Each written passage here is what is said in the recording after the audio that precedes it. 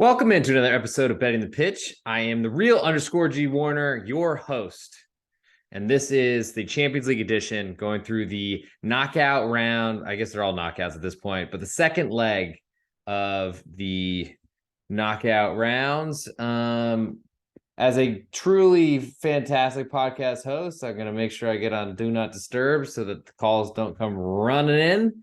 And I'm going to thank you if you're watching on YouTube. Please hit subscribe if you're on Apple Podcasts or on Spotify. Please leave a 5-star review. They mean a lot to me. They make me feel special.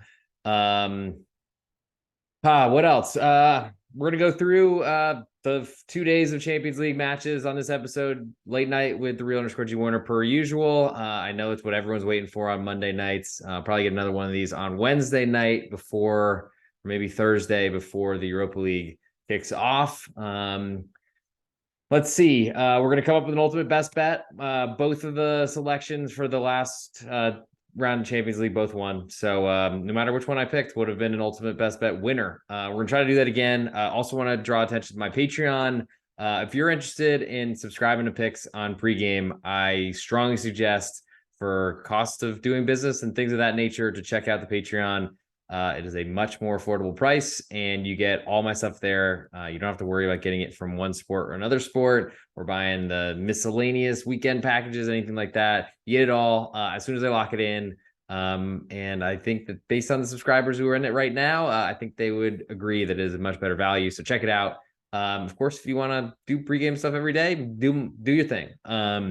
I don't have a promo code to give out on this episode, as I only got one per week, and that is for the weekend episode. So we're going to go through right now. All lines quoted in this podcast are courtesy of betonline.ag, my favorite place to get my bets down early. Reduced juice is offered on almost every game you want to bet right up until game time. Please follow the link found in the podcast description to fund your account, and use the promo code GW50 to receive a 50% match bonus up to $1,000. So now that we got a ton of money in our accounts, let's go figure out how to make more or turn that money now into bigger amounts. We'll start in England. Surprise, surprise. But we'll start with Chelsea hosting Real Madrid. Currently, Chelsea are in a little bit of a hole. 2-0 loss on the road at Real Madrid in the first leg. Did stay under, so thank you for Chelsea not contributing. Got a goal this weekend against Brighton off a deflection, took the lead, and of course lost at home to Brighton, which is hilarious considering they poached their manager and he's not even there anymore. Lost 2-1. If not worse than that, I think it was 2-1. But not good. Real Madrid, on the other hand, they're kind of waffling, not really sure what's happening with them. They had a good second half against Cadiz, but ultimately were pretty weak for most of that. But they have nothing to play for in La Liga. They are simply trying to win Champions League. And you probably can see some pretty uninspired efforts from Real Madrid in La Liga, but also I guess they're fighting for the Copa del Rey as well. So I made lines, and we got a lot to talk about here, of course, but I made lines prior to the first leg on what I expected the lines to be. Let's just say they're a little bit different. And of course that happens when you need results and you know what the results of the first leg were. Also would say that the first leg are generally a lot more conservative, which I think play to unders quite a bit more than the second legs because these teams know what they need. But we'll go through each of these matchups, only 4, get you guys out of here in case you're watching live, or if you're on Apple Podcasts, Spotify, on YouTube, wherever you are. Appreciate you listening. Leave a 5-star review, subscribe, do something, leave a comment, something like that. Throw some questions, slide in my DMs, whatever you want. So Chelsea currently, or I guess I'll go through what I expected. So before this all kicked off, nothing had happened leg one. I expected Real Madrid to be a quarter goal underdog and the total be about 2.5. Then after a 2-0 victory for Real Madrid, I expected them still to be an underdog, but a very slight one, essentially a pick'em on the road at Chelsea at Stamford Bridge, with the over-under even falling lower to 2.25. What we have here is Chelsea a quarter goal underdog at home, which is surprising based on what my guesses were, and that it would be a 2.5. We have a 2.5 over under. So not too shocked about that. I do think that we're going to see a Chelsea club that can't score goals. They have to get 2 at the very least to equalize or to level this tie with Real Madrid. What I think is going to happen there is that means that they're going to not play the same level of defense. And that concerns me because I definitely have an underlean on this matchup at 2.5. I do feel like the number's a little high, probably because Chelsea can't afford to defend. I think best case scenario for playing under 2.5 is that you get 2 goals from Chelsea and then it goes to extra time. I do worry that if Real Madrid gets the first goal, then it literally just chaos breaks out. I do think that if Real Madrid concede the first goal and Chelsea take a 1-0 lead, I think Real Madrid are still looking to defend like crazy. Of course, trying to get on the counterattack, but I think they'll see that the finish line is pretty close to them. And this being an important series for them or whatever, big trophy for them to win, certainly defending Champions League champions, as weird as that is to say out loud. That would be a nice season for them, despite all the rumors that Carlo Ancelotti is going to take an Argentine, by the way, is going to take the Brazil manager job, which would be weird. But, I guess it is probably the biggest international job. You only have to work what is it? I guess CONMEBOL qualifying. So it's kind of nice. Anyway, that's distracting from our topic at hand. So Chelsea's a home underdog. I love home underdogs. You know that. I love underdogs. I love unders. I don't really like Chelsea at all. I don't think they can score. And I do think they're going to be playing up the pitch quite a bit. I think Real Madrid will get to play their exact counterattacking style they want to play. I think this plays really well into Real Madrid. I do not really love counterattacking sides that are going to concede possession as road favorites, to say the least. That's usually a side that I want to be on the home team, actually. But I don't like Chelsea. I've been betting against them for what feels like forever. And rare occasions do they burn me, but it really hasn't happened much. So my interest in this one, not really on the side. I got to say, I gun to my head if I had to pick. Luckily, I don't. No guns around. Yeah, I'm in Texas, but hopefully there are no guns around. Chelsea quarter goal underdog is probably the way I'd have to go on the side. But on the total, I still like under 2.5. There are some scary scenarios here, though. I will mark that down as my strongest lean in this one, though, however, especially for ultimate best bet purposes. And I do think there's a little bit of swollen line syndrome here at 2.5, as I don't think it should be that big.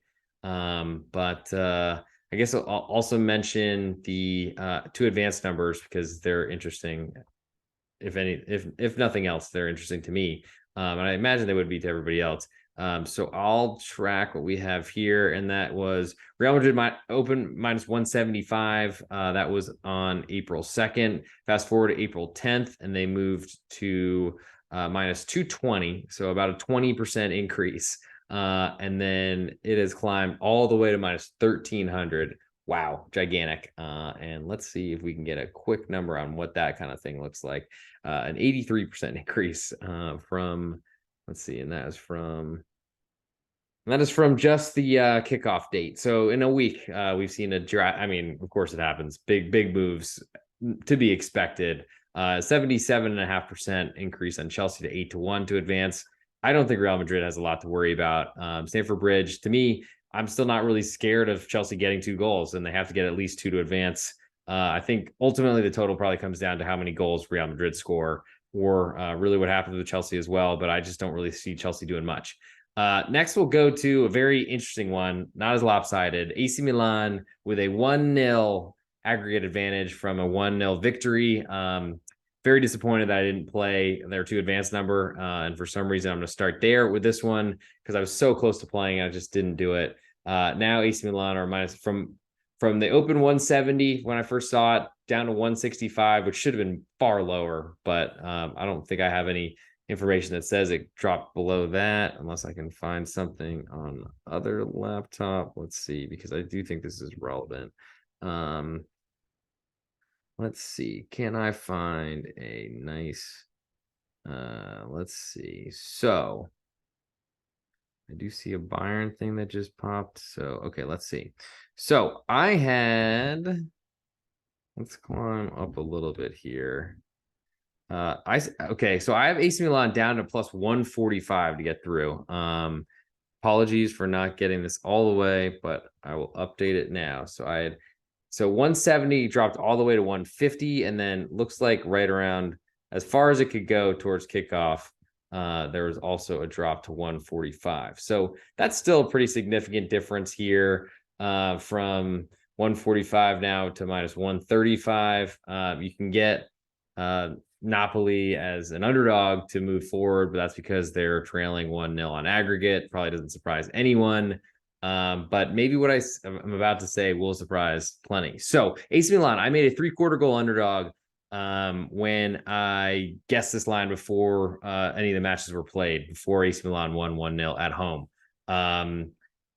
I then made a line a second time based on Napoli's just disastrous performances ever since being the best team in Europe. And I think that's where I made this line from. But the injuries they've dealt with, the poor performances in Serie A, really looking toothless and having no sort of chance to score against AC Milan. I feel like AC Milan should have won by more than they did in this first leg. But I ended up dropping my number to Napoli, a quarter goal favorite, which is essentially calling them just a home team advantage. And then I dropped my total from initially a 2.5, a little bit higher than what I had for Real Madrid, down to 2.16. So probably around 2.25 would be the number I was expecting. Well, we got 2.5 for the total, pretty juicy the under, but also we have still 3/4 of goal, like the same guess I made for that first leg or before the first leg. So nothing really has changed.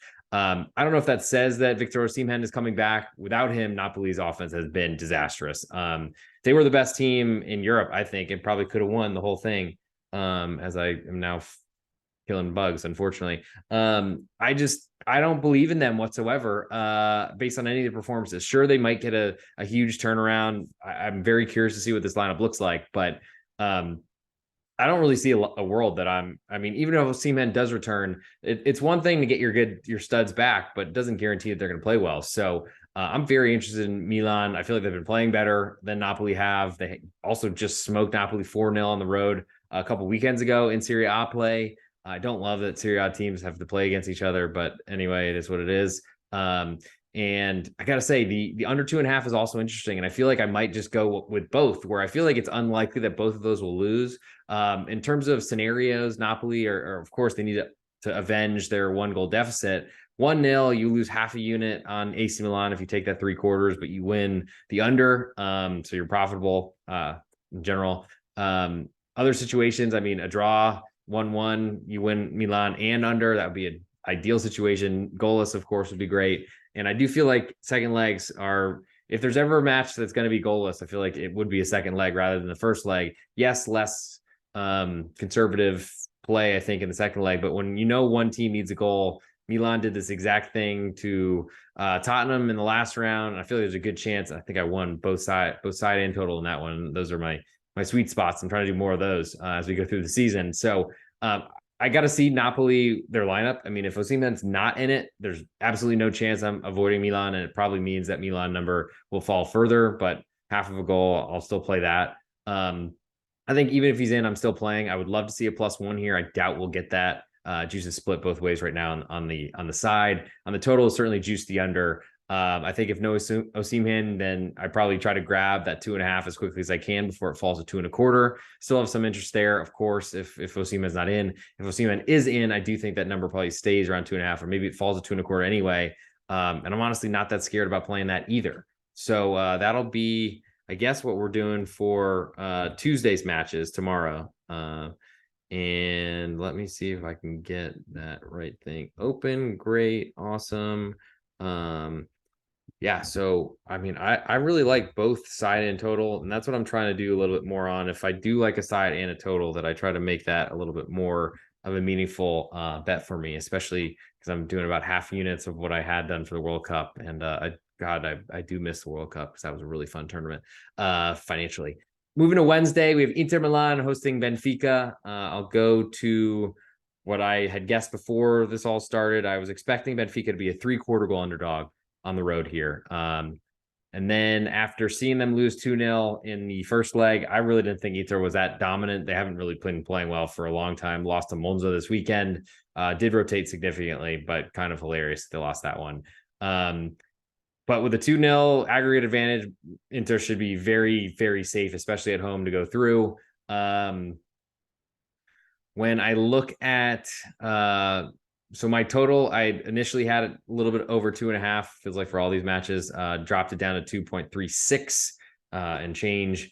But currently we got Benfica, a quarter goal underdog on the road with all the juice right now, and Inter Milan potentially pushing that line to a half. Benfica at 2.5 juiced, split juices on the total. So this changes scenarios quite a bit. Benfica now have to play a lot more aggressive football. I don't really think that's who they are. The La Liga Portugal is very talented, and certainly they deserve where they are. I feel like Benfica has been really good in this tournament, and I will be looking to back Portuguese teams literally until I stop betting the sport ultimately, because I think they greatly overperform expectations. And I think Benfica deserves to be here. I do think that Benfica has a chance to get through based on how poorly Inter have been playing. But with that big advantage, it's going to be, I think, Inter all hands to the pump, trying to defend as much as they can for 90 minutes. I do think that will damage Inter Milan as a quarter goal favorite at home, potentially a half a goal favorite. Makes me like Benfica, because while they do have to come out, I think Inter are going to be as sunk in as they can. Certainly they're going to try to counterattack, but and that'll be an easier time for them to score in those type of situations. I just don't really believe that Inter have the offense right now. They've been playing so poorly. They have no confidence at all. And that's a big deal in the sport, because unfortunately confidence puts the ball in the net almost as much as the instep of a foot. I think Benfica, I mean, there's clearly more value if you get a half of a goal, because you can draw and still win. But I mean, I like the odds that we're getting right now on a quarter of a goal at Bet Online, because Benfica ultimately win this match 1-0. They get you more money back in your account if they do win 1-0, and than they would at a half of a goal at a juiced number or more juiced number. And Benfica, they do need to go for this. So, I mean, I'm getting more interested than I thought I would be, and that's why I do these podcasts ultimately to help you all, but also to try to get my kind of mentals all set up for everything. Benfica, they go in 1-0. They cover their side, the total under 2.5, and they don't go through. Inter celebrates at the kickoff or at the final whistle.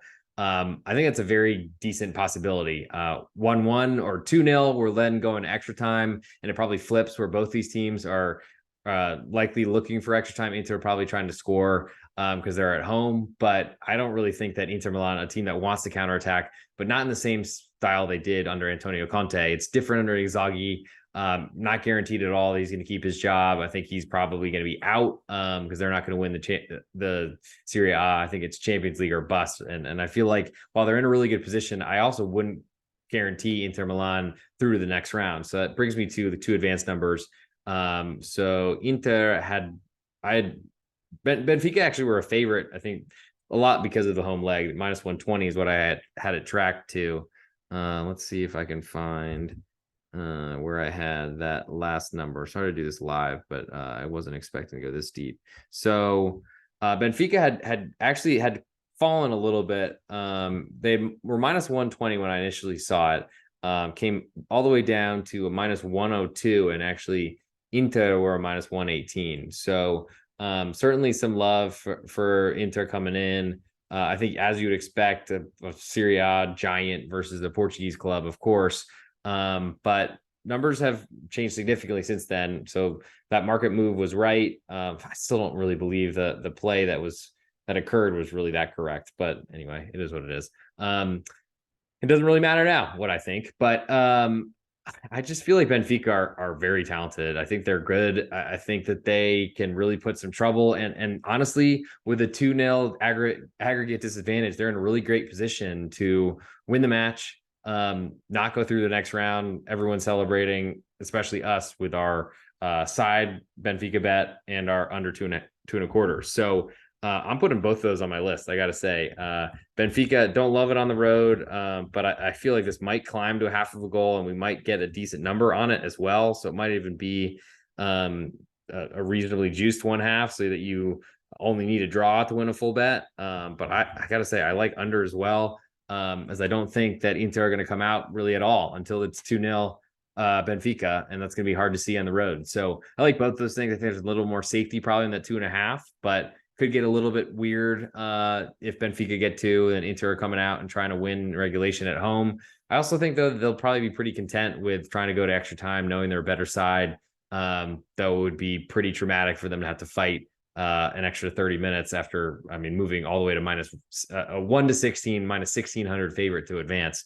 Benfica 9-1 doesn't really feel like that's enough. But unfortunately, the juices on advanced numbers don't really seem to be bettable in this world, unfortunately. But don't blame me, blame whoever's making lines, unfortunately. Next, we'll go to, and last but not least, in this little 4-pack of matches in the quarterfinals, go to Bayern Munchen and Manchester City. So I got sucked in, found Bayern Munchen a 1-goal underdog on the road at City. And I felt like it was a pretty close match for a while, but then it kind of got ugly. Dayot Upamecano got a lot of stick.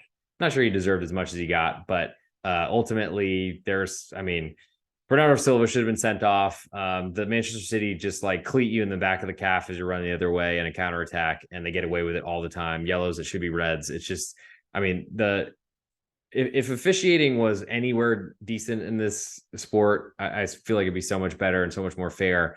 But the big clubs getting calls, it's really insane and disgusting, especially because Bayern Munchen and Manchester City, Bayern's not a small club, so it's weird that they make mistakes like that. But ultimately, when you put La Liga refs outside of Spain and bring that just chaos that because they don't really know what they're doing at all, and they've admitted it in Spain, yet they still get these big assignments. It's just a joke. But anyway, I'll get off my soapbox there. I was expecting Bayern to be a slight pick'em underdog at home, so a little bit more juice on Manchester City.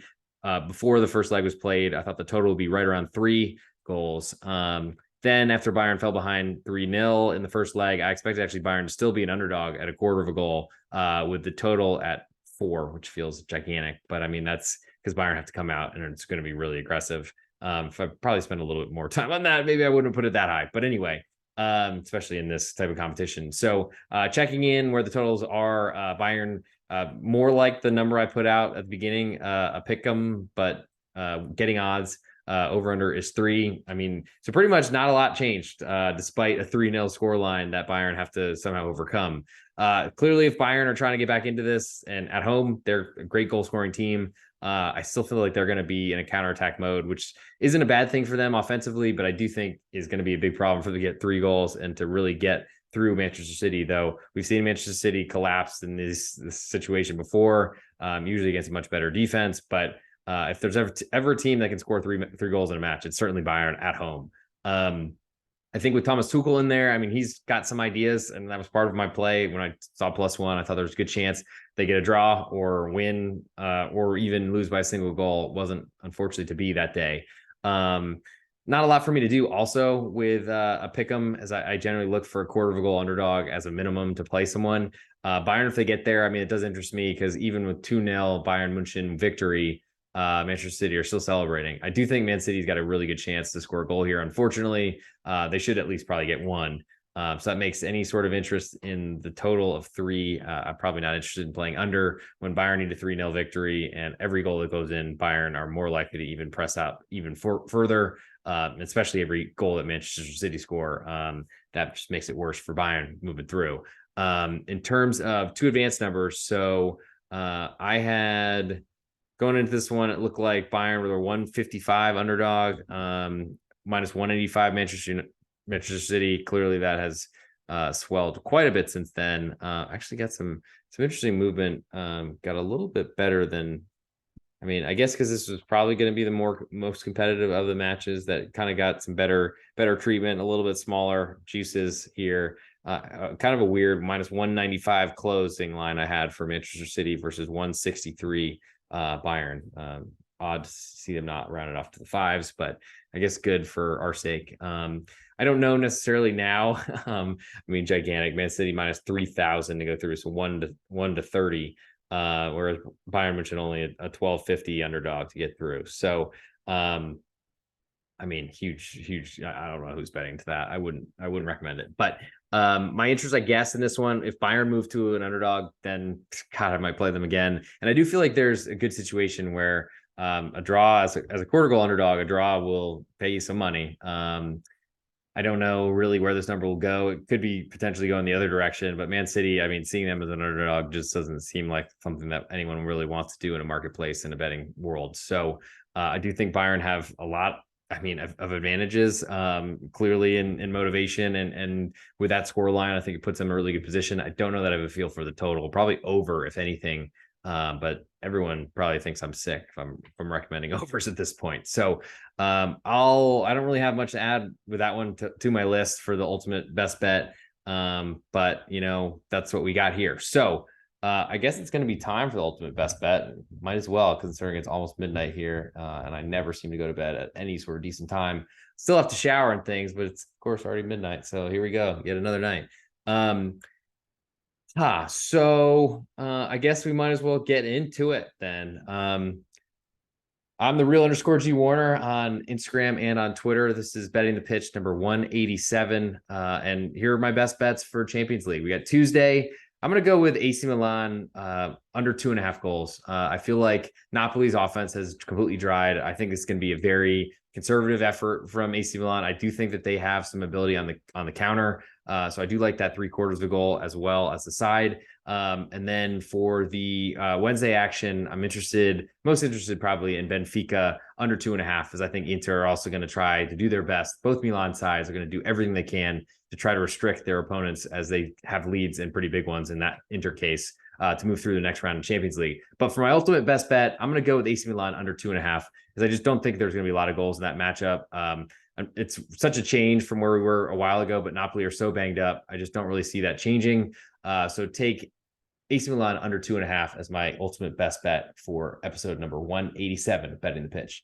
And that'll do it for this episode. Thanks for coming in, hanging out late night if you're here live. If you're not, thanks for listening. If you're on Apple Podcasts or Spotify, please leave a 5-star review. I'll read it if it's nice. Really, I'll read anything.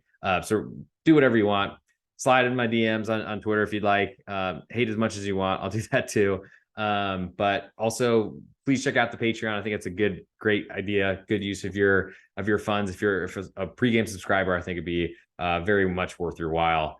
Get my baseball stuff, which I still need to do tonight as well. But that'll come out shortly. And then, if you're on YouTube, hit subscribe, and we'll come back and do this for the Europa League coming up soon. Thanks, of course, as always, for the support, and we'll talk soon.